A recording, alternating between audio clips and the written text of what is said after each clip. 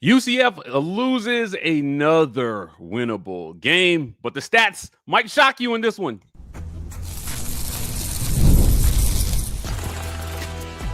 You are Locked On UCF, your daily podcast on the UCF Knights, part of the Locked On Podcast Network, your team every day.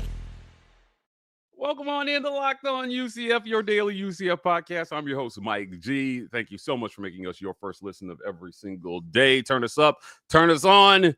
This was interesting turnout here. The UCF Knights fall to Cincinnati. I picked Cincinnati in this one. You picked UCF. I still like your pick, though, James. I'm going to get into why here in a second. Today's show is brought to you by our friends, our title sponsor, Mazda. We appreciate them for sponsoring this segment. Mazda, move or be moved. Look, Cam Fancher, obviously, we're going to review him in the second half. But there was an interesting stat here that I wanted to talk about to start our post game, and that was time of possession. UCF had the ball for 40 minutes in this game. Now, I don't want to toot our own horn, but we said sometimes the best defense is an offense that just holds the ball and keeps the other offense off the field. They did that. They just could not produce points. Now, some garbage yards at the end. So, I mean, it was a little closer, but UCF did outgain Cincinnati in this game, 413 to 306. Despite, like, you sit here and you ask yourself, how could they dominate time and possession the way they did, but lose the game in the fashion, essentially losing wire to wire? And James, I'm telling you, the untimeliness of penalties, this offensive line, again, we'll talk about them later, but they continue to be an issue for Scott Frost. It's rebuild year stuff that you got to get past, and these are teachable moments, I think, for Scott Frost. But your thoughts, man. UCF dominating time of possession by 20 minutes in this game, man. I thought it was an impressive thing here, and I thought they moved the ball well between the 20s at times, just drive stalling out at the wrong times. Yeah, if you were UCF, this is exactly the kind of game you wanted to have an opportunity to win. Yeah. You never felt like this game was particularly out of reach at any point. You felt like even going into the fourth quarter, if UCF could get something going on offense, then maybe there would be a potential for a comeback there.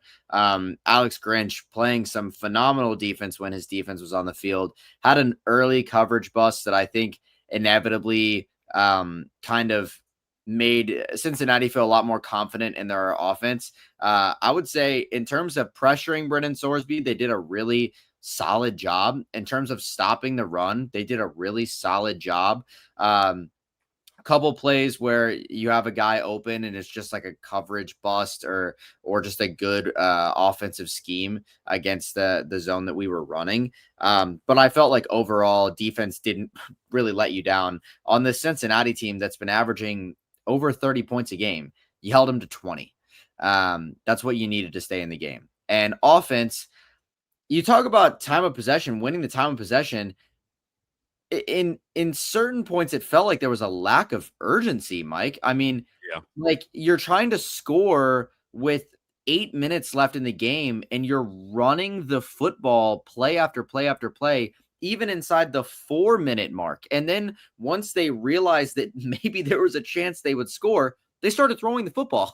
So the sense of urgency needs to be a lot higher. And it's also just really hard when every single time you feel like you're getting behind the sticks because of false starts, delay of games, chop blocks, holdings, some missed DPI calls. I mean, Mike, it just felt like there was nothing going our way. And this 3-game stretch has been brutal for the Knights against the refs. Yeah, look, I was proud of how the team acquitted themselves on the road here in certain aspects of the game. Andrew Gluco, senior writer from UCF Knightzone.com, is standing by. We're going to bring him here in just a second. Before I do want to talk about how this game finished out statistically.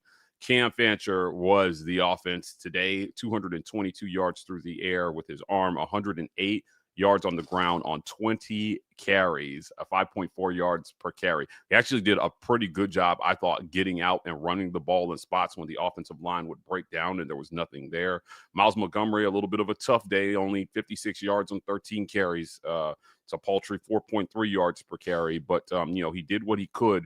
He was one tackle, missed tackle here or there from breaking big ones. The big one never came for Myles today. UCF desperately needed it. Third downs. Now, it ended up looking a little better by the end of the game than it actually went throughout the game, but UCF was absolutely awful converting third downs on this one. They went for it on fourth down 6 times in this game. There was a sense that points were going to come at a premium and moving the ball was hard, and so Scott Frost going for it a lot around midfield, only able to convert 3 out of 6 of those. So, look, man, this is a game where there's a ton on tape to teach, but we want to get Andrew's take on this here before we move on. Now, I'm going to bring Andrew in. Andrew, usually you're reporting live from the field. This was an away game, so you didn't travel for this one, but we appreciate your perspective in the post game regardless. Talk to me about what you saw today, man. UCF goes down 20-11. The late touchdown making it look a little closer than it was, but UC never really ran away on the scoreboard. I thought the defense did a really good job. I thought the offense did a good job keeping their offense off the field. And for the most part, they kept Sorsby in check. We can't hear you, Andrew. Don't know what happened there. I'm going to bring in James. They kept Sorsby in check for the most part. No, absolutely. I feel like if you thought Sorsby was going to torch you this game, and then you looked at the stats after the game, you'd be surprised at what you saw. Only a 57% completion rating, equal to Cam Fancher there. I think the main difference is you're looking at 12 completions for 191 yards and 2 touchdowns. And you're looking at Cam Fancher and you're saying 28 completions for 222 yards, no TD. Definitely keeping Sorsby in check. Cam Fancher needed to find the end zone here. Yeah. Andrew, do we have you now? I think so. Do you hear me now? Yep. Yay. All right. So to answer your question, I obviously this game's very frustrating. The defense did their job. And while the streak is finally over of scoreless first quarters, they made it through the first 5. It was one broken coverage. That was it. And Sorsby, being the savvy veteran, took advantage of the broken coverage, was able to sky that ball in the air, and it was pitch and catch to Jeff Caldwell for that 40-yard touchdown. Other than that, and the big play in the second half, the 67-yarder, he really had no big plays. UCF's defense kept the ball in front of them. They didn't give up big runs, big plays. Cincinnati only had 109 yards of total offense in the second half. Yeah. I mean, they were shut down. And just like last week, the fourth quarter was especially strong. Last week, they gave up a whopping 12 yards to Kansas. This week, 17 yards to Cincinnati. So once again, very one-sided in the fourth quarter. And at least UCF got some points on the board, as opposed to last week, but it was too little, too late. This is a team that, had a number of big plays that were nullified by just unforced errors. Not paying attention to where where you're lined up to cause an ineligible man downfield. I mean, that's elementary stuff. That's not a case of, it's his first year, there's going to be issues. No. Those are basic things that you should know as a player. You have to pay attention to the world around you. You can't just walk up the line and expect everything to be puppies and rainbows and all set. You have to look around, make sure things are set. And you know what? If something's wrong, you have to make an adjustment, because if you're a tight end and you're uncovered, you know you can't go out. I mean, that's something you're taught early on as part of the rules of the The game. illegal man downfield. Yeah, it was. That nullified a 35-yard gain that would have killer. put UCF at the 20. So, you know, those kind of things. And then you had false starts. As a guy who played center, it drives me absolutely nuts to see multiple, you know, essentially, you know, slow snaps or snap infractions where everyone's moving except the center. And it's all because the focus isn't there. The timing isn't there.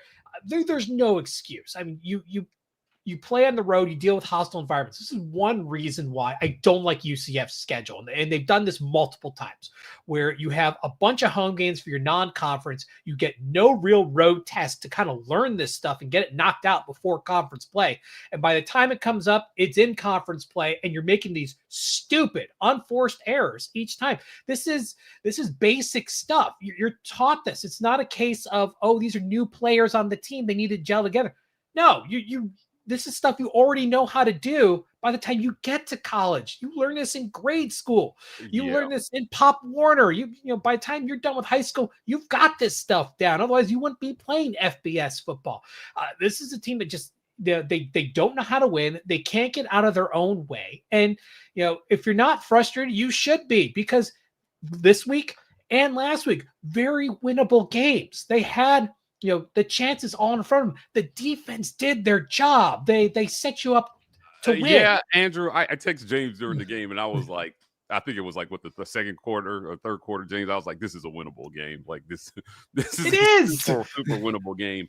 I do want to note UC actually had more penalty yards in this one, 80 yards to 75, but it was the timeliness of the UCF penalties that were the killer. Their penalties hurt them more than Cincinnati's penalties hurt them. I don't know how else to say it. It was you had a drive going, and then you get a holding, and then you false start, and then suddenly you're out of field goal range.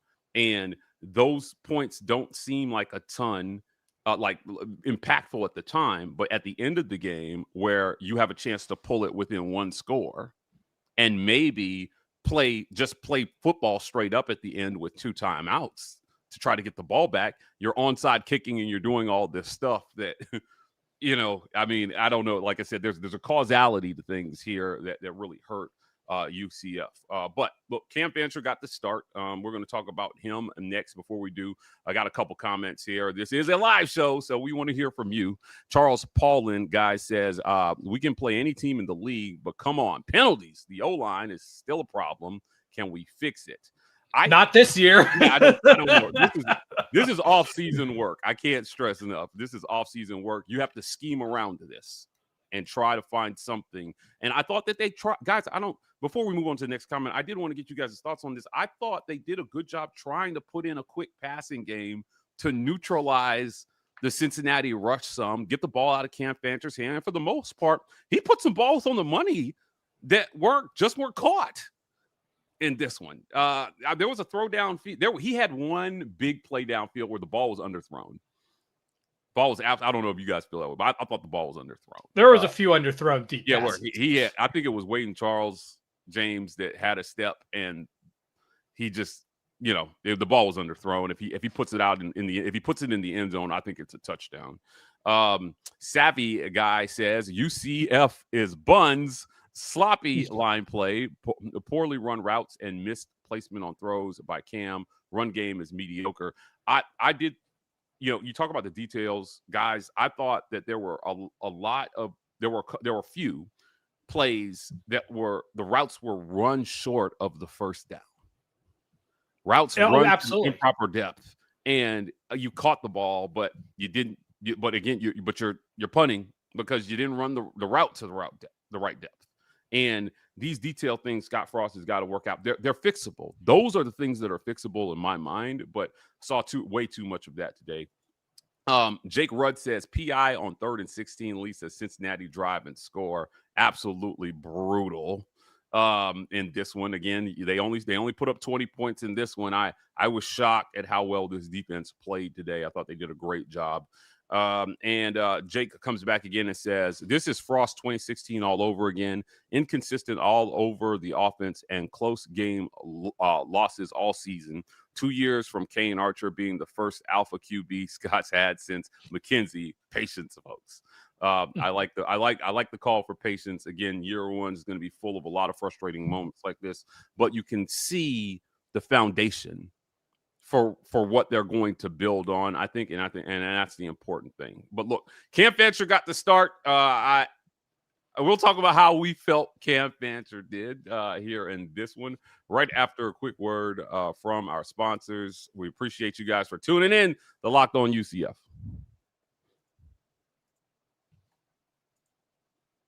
This episode of Locked On UCF is brought to you by our friends at DoorDash, guys. The weekend's here. Time to look back and crown this week's MVP who delivered for UCF.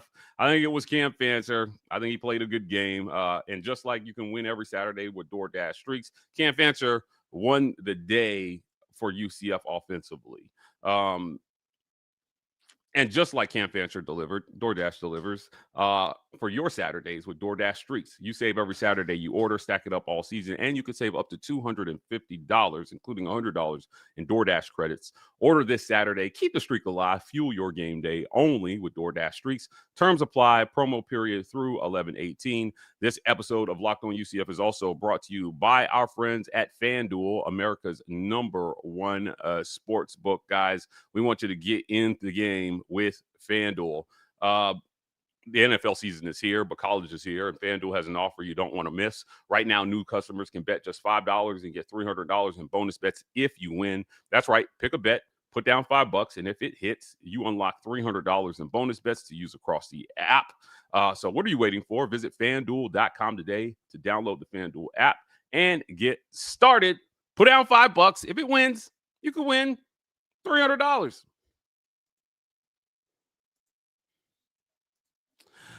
Cam Fancher, the Cam Fancher show is what it was offensively.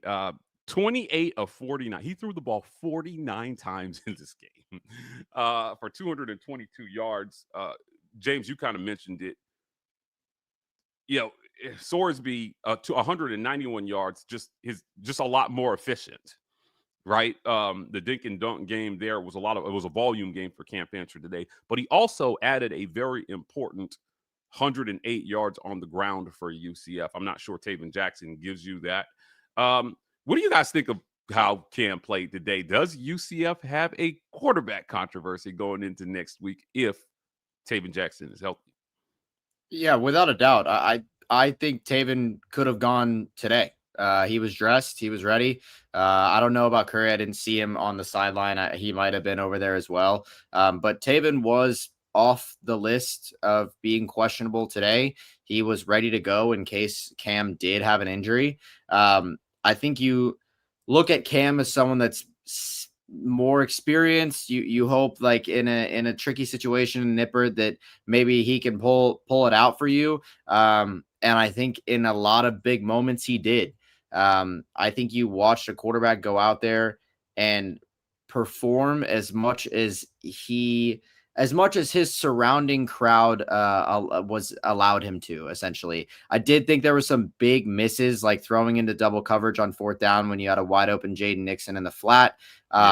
I think trying to force the ball in situations where it doesn't need to be forced is definitely an issue of Cam's. I think today I watched him a little bit more go through his progressions. I still think he was looking at one read and then going and tucking the ball and going somewhere else. But he actually, in certain times in pass pro today, had a lot of time.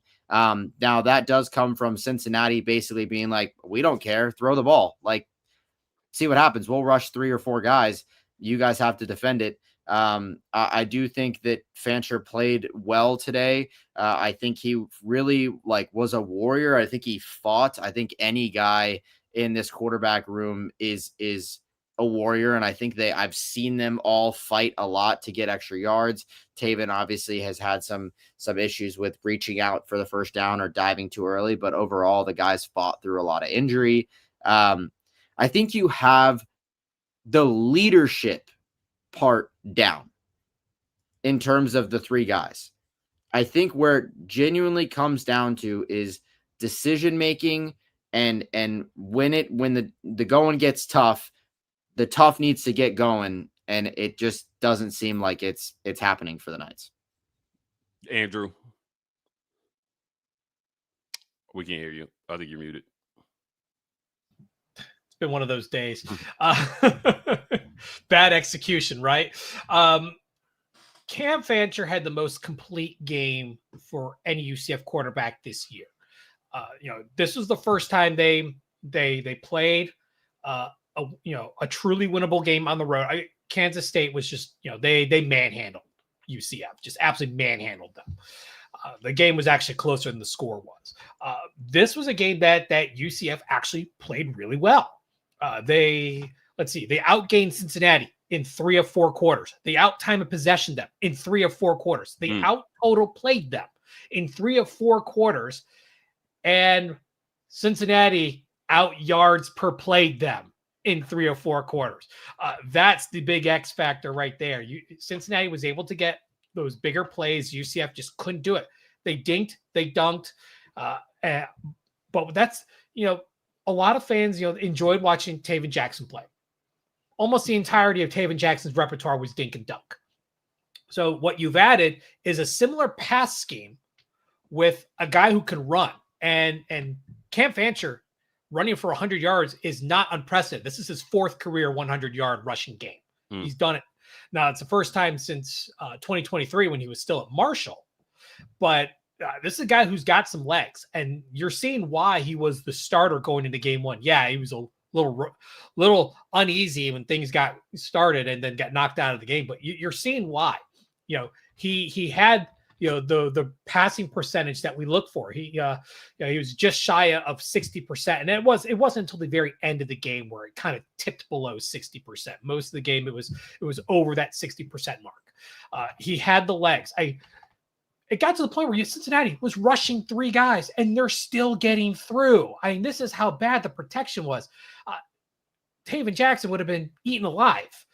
Fancher, tried his best Shedeur Sanders, where he just kept holding on to the ball. The only difference is he finally threw it away as opposed to taking a giant 30-yard sack.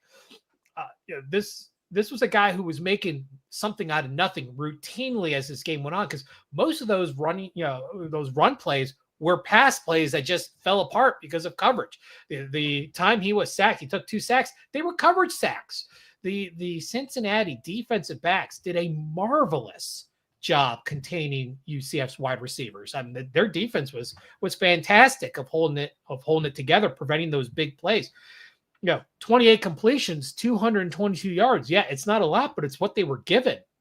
You're rushing 3 guys. You still can't run the ball to save your life, and your quarterback is having to run for dear life. And it's not for not going through his progressions, is that the coverage was good. So something's got to give here. Either the line has to, figure itself out, which I don't think is going to happen. What you see is what you get. And I don't think it's going to get a whole lot better, because you got teams like Texas Tech and BYU and even Houston's looking pretty good themselves. We weren't sure how they were going to do. They're looking okay after a rough one last week. I do want to mention Cam Fancher spreading the ball around pretty well here. 11 different UCF Knights caught passes today, which I thought kind of speaks to, what James was saying about, him maybe seeing the field, taking what's there, finding the open guy, giving guys a chance to make plays. There were a few plays in the seam that I did not like. I thought they were dangerous throws that could have ended up badly, but for the most part, he gave his guys a chance to make plays, and the team around, right, as you mentioned, the supporting cast here needed to step up, and somebody had to make the big play today. They just could not find it on the road here. Nothing gets the people going like a quarterback controversy, and I think we've got one. I think we've got at least a discussion for next week about what is the right path to go. Does Fancher's legs give you a dynamic that you absolutely have to have with this offensive line. We'll talk about the offensive line next here. Before we do, we do have a comment I wanted to get to. Charles Poland says, at least I now understand why our coaches pick Fancher as QB1. I had questioned their judgment. Yeah, I think you see what they felt like he brings to that starting job. Certainly, it was hard maybe in the little bit that we saw versus Jacksonville State, thinking, man, we all thought Tayven would win it, and he did not win it, but Cam Fancher here getting a second life to prove that he can be the guy. But whoever the guy is, they've got to play behind this offensive line, guys. We're going to talk about their performance next on Locked On UCF.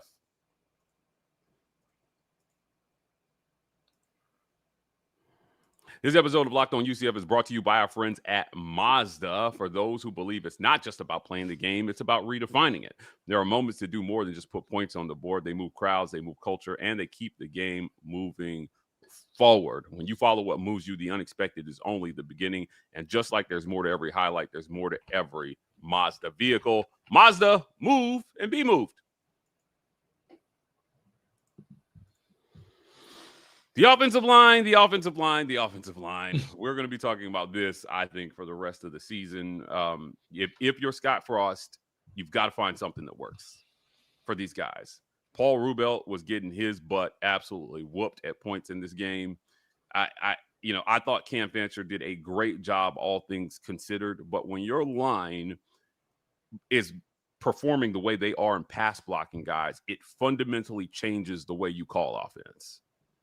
It shrinks your playbook, and it shortens your options. So they've got to find something that works here. As I mentioned, you're not going to get bigger, stronger, and faster on offensive line in season. What you have to do is you've got to scheme around it. How do you guys see this working out? Were they on to something today, maybe with the quick passing game, trying to help this offensive line out, James?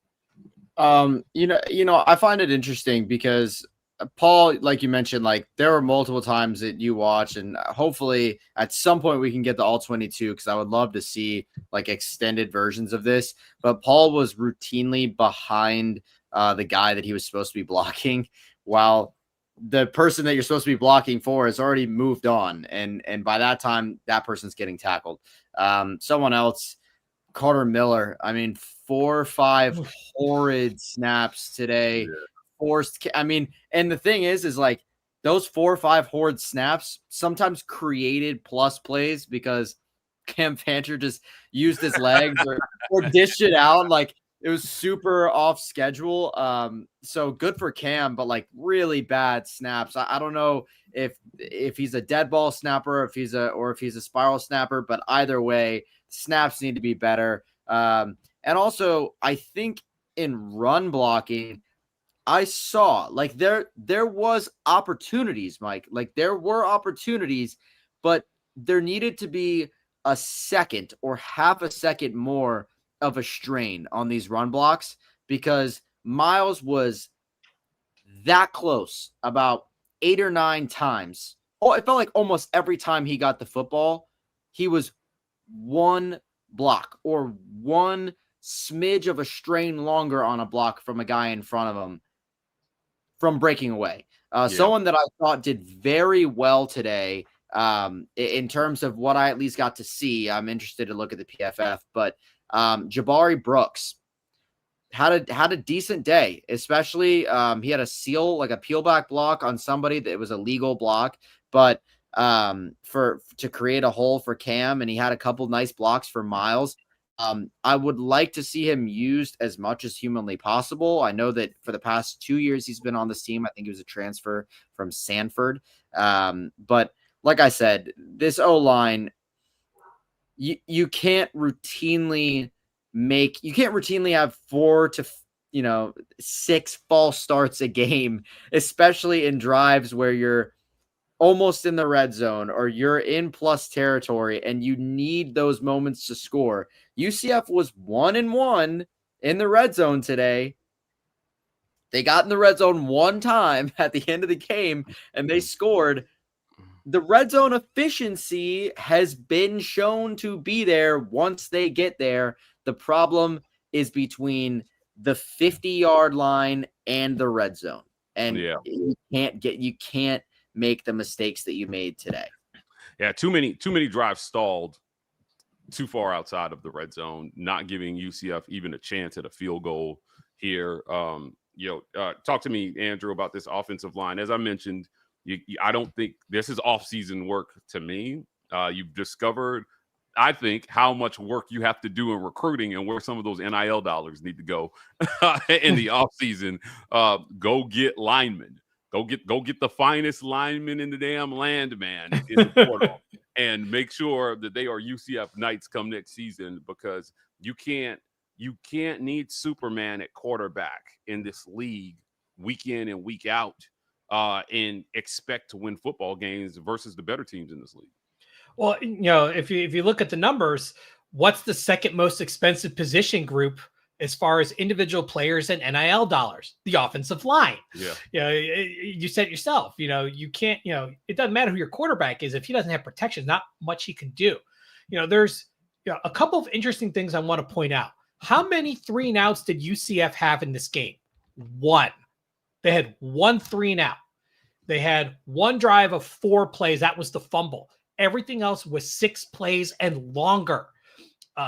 Every drive they had outside of the 3-and-out, the lowest one after that was 27 yards. And then everything was 30 and higher. In fact, their touchdown drive was a 90-yard drive. But you take away that 90, none of them crossed 50 yards in total offense on a single drive. So this is a team that can't put consistency together. They can get little bits here and there, but they can't put a consistent drive together. A lot of that is because of those mistakes, the false starts, the holdings, the bad snaps. I mean, as I said, I played center. That made me cringe so much, because it's not like the distance changes or, it may be a little bit on the brisk side, but this was not a bad weather game. This was a great weather game. There is no excuse for these kinds of snaps that are at the feet of the quarterback. I mean, that's not concentration. That's definitely a lack of focus. You're thinking 2 steps later on, okay, what am I supposed to do during the play, instead of, focusing on the moment. And because if you don't focus on the moment, you lose the fundamentals that get you there. The key is you got to build those instincts, and they just aren't there. Yeah, I did want to add. So to your point about, again, the killer for me in this one was in the third quarter. You had a 9-minute, 17-play drive that produced no points. Absolutely demoralizing. Like, that was your chance to pull this to a 1-score game and really make Cincinnati feel the heat down the stretch there. So you went 40 yards in 17 plays and then punted the ball.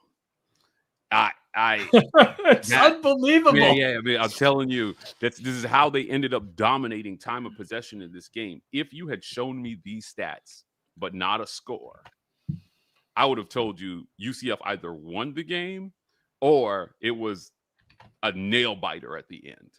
Show me time of possession, show me total yards, show me that Cincinnati went 2 of 9 on third down. But Mike, let me up the ante on you on that. UCF had 3 drives of 10 plays or more and got a field goal and a touchdown out of it. And then you have the 17-yarder. You know how many drives Cincinnati had? 1 a drive of 10 plays or more, and they got a field goal out of it.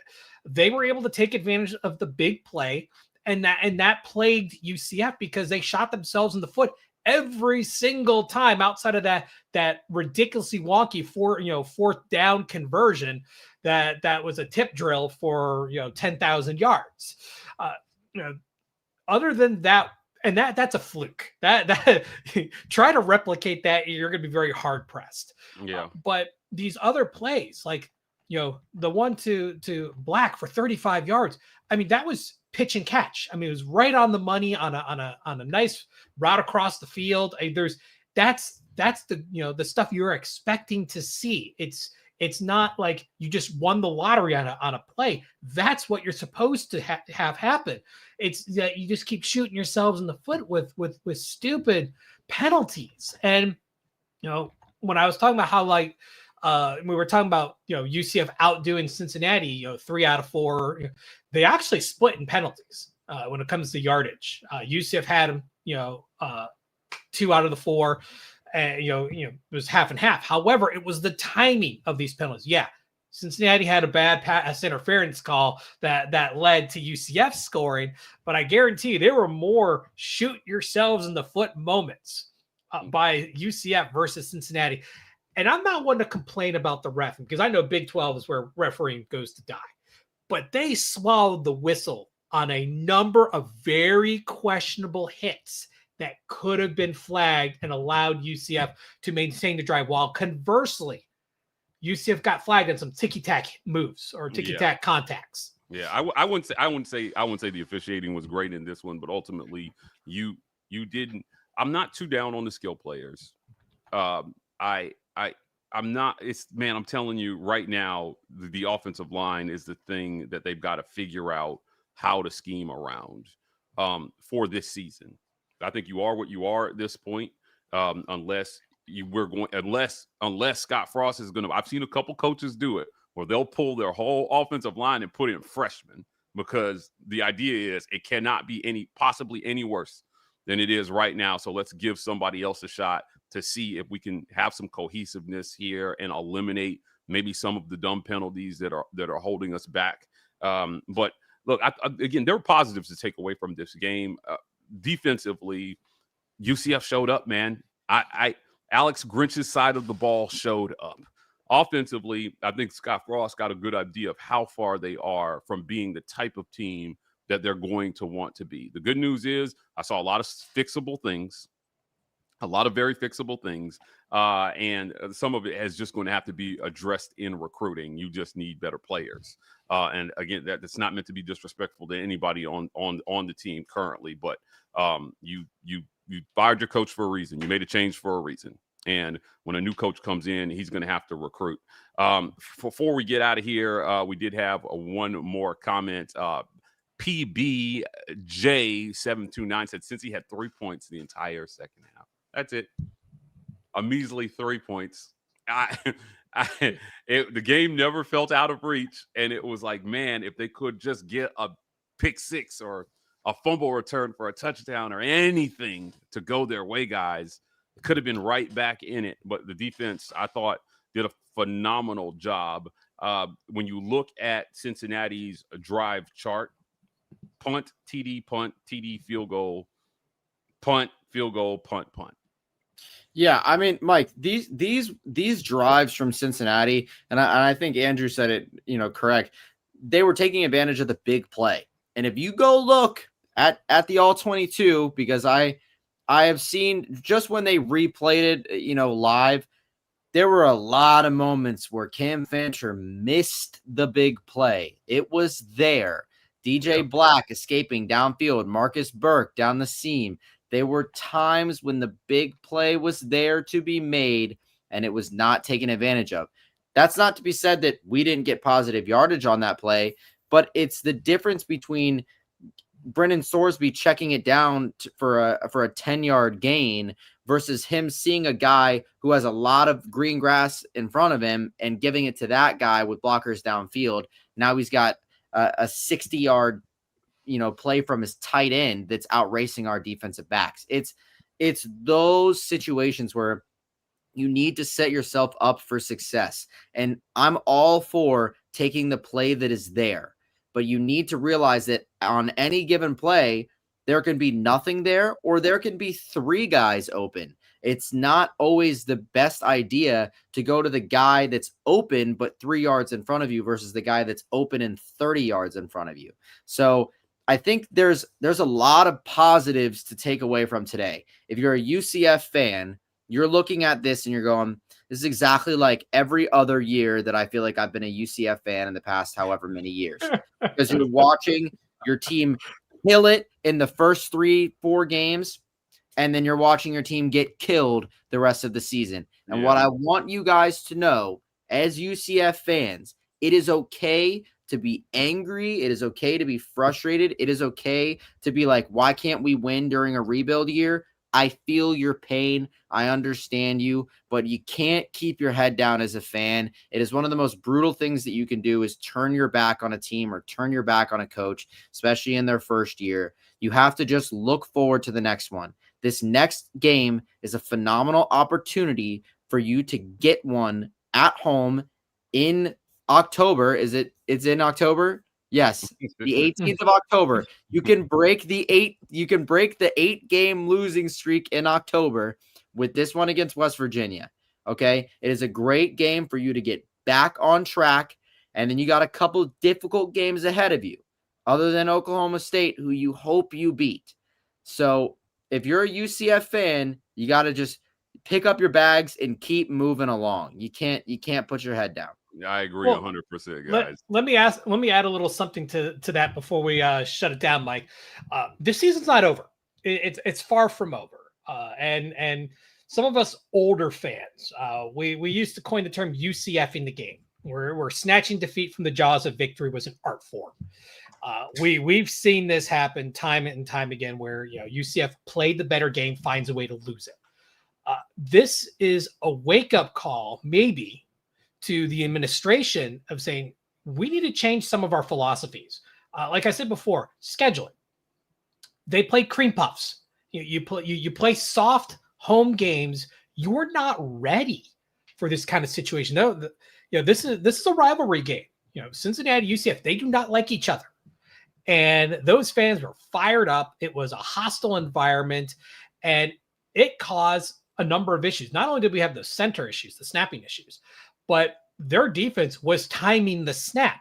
You can rush 3 guys in, and they were able to bring in their defensive backs and close up holes. And that's what was really stopping the running game. They were timing the snap really well. So that's another thing that the coaching staff really needs to take a hard look at and maybe talk to the administration like, hey, what can you do about doing something where we're not always playing all of our out-of-conference games at home? We get a road test so we can, because the most important thing is winning the Big 12. That's the goal. Everything else, like the out-of-conference games, they're great and all, but it's not really all that important. In the grand scheme of things, it's winning the conference that is the most important thing, because it's the thing you can control. Like where you rank in the polls or whatever, you can't control that. You control where you are in the conference, and that's by winning your conference games. So by giving some tests to this team, you allow them to get ready for what's really important, and that's Big 12 competition. This is not a pushover conference. This is not the American a handful of years ago where you had a number of soft teams. It's Oklahoma State and a bunch of tough corn-fed guys. There's some beef on those offensive defensive lines. So if UCF's getting pushed around, all right, as you said, Mike, change it up. Do something different. They tried. Well, the other thing you got to do is watch for your snap count. They're anticipating it, so they're outsmarting you. Things that the Frost and Co. have to come home, take a look at, and make adjustments. They at least have the benefit of a home game next week. Yeah, look, I think they'll get some things fixed here, but this is part of the work of that rebuild. The promise is there. I think they showed promise today, and you get tired of singing moral victories at some point, but it is only the beginning of laying the foundation for what UCF football will be here in the future. Guys, great conversation, gentlemen. I want to thank you for joining me. James Duncan, UCF sports commentator, Andrew Gluco, senior writer at UCFKnightZone.com. Guys, hit the video after, hit the comments after the video. Let us know what you thought of today's game. I know we did a pregame show. We gave our predictions. Andrew gave his predictions. I'd say we're pretty confidently everybody was wrong. I predicted Cincinnati to win the game, and I was still wrong about how the game went because UCF did a lot better, defensively than I thought they would in containing Sorsby. But, what did you guys say before the game? Again, we want to hear from you. Your continued support helps keep us going here. Guys, we're signing off, and we'll be back at you guys tomorrow with more Locked On UCF.